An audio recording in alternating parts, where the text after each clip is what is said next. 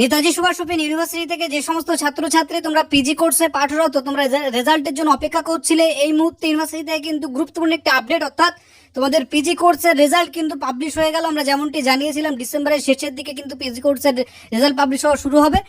Result কিন্তু publish হয়ে গেল এবং তোমরা এখানে দেখো, অন স্ক্রিনে তোমরা দেখো, আমরা কিন্তু রেজাল্ট এসে অফিসিয়াল ওয়েবসাইটে অফিসিয়াল লিঙ্কে এসেছি। এখানে কিন্তু এই লিঙ্কটা তোমরা আমাদের যেখানে প্রথমেই তোমাদের কি করতে হবে, এই লিঙ্কে আসতে হবে।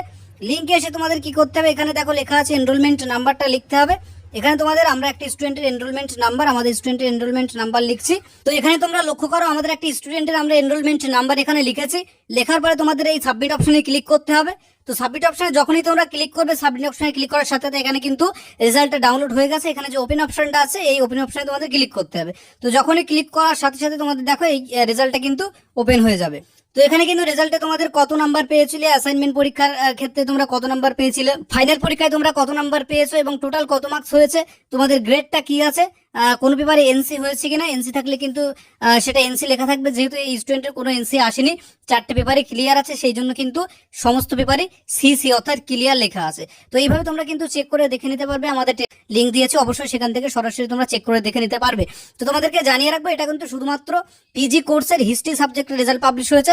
বাকি সাবজেক্টগুলো কিন্তু পরপর পাবলিশ হবে। যখনই পাবলিশ হবে অবশ্যই সেটা আমরা আমাদের চ্যানেলে সবার আগে আপডেট দেবো।